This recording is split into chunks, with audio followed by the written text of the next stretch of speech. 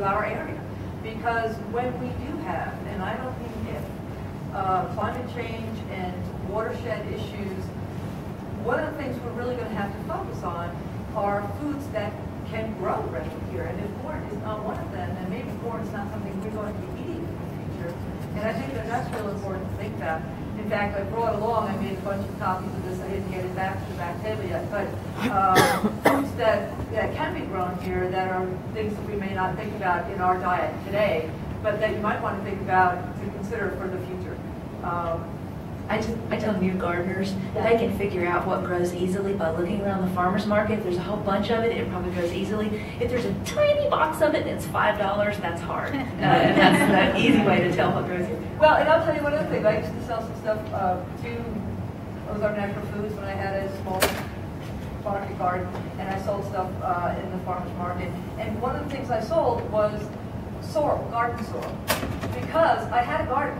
And this kept growing up through my garden. It was not something I had planted. This is a local treat. And it's real tasty. It's kind of lemony. And it's an arrow-shaped plant. And it grows everywhere. And it's, I mean, I get my dandelions from walking down the road. So, you know, I eat dandelion roots and I find things. But I mean, I was selling this stuff because people didn't realize I had it in their backyard. So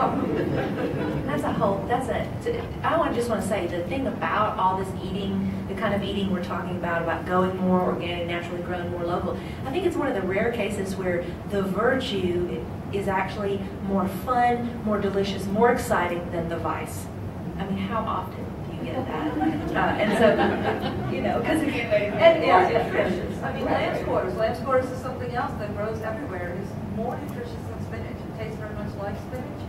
I eat that all year instead of spinach, and I gather all of my landlady was going to mow, and I said, no, let me get out there. I got all the lamb's quarters and blanched it and froze it for the winter. Back to the corn, just to pick on them one more minute. As a beekeeper, there's a horror movie made about it. Well, yeah.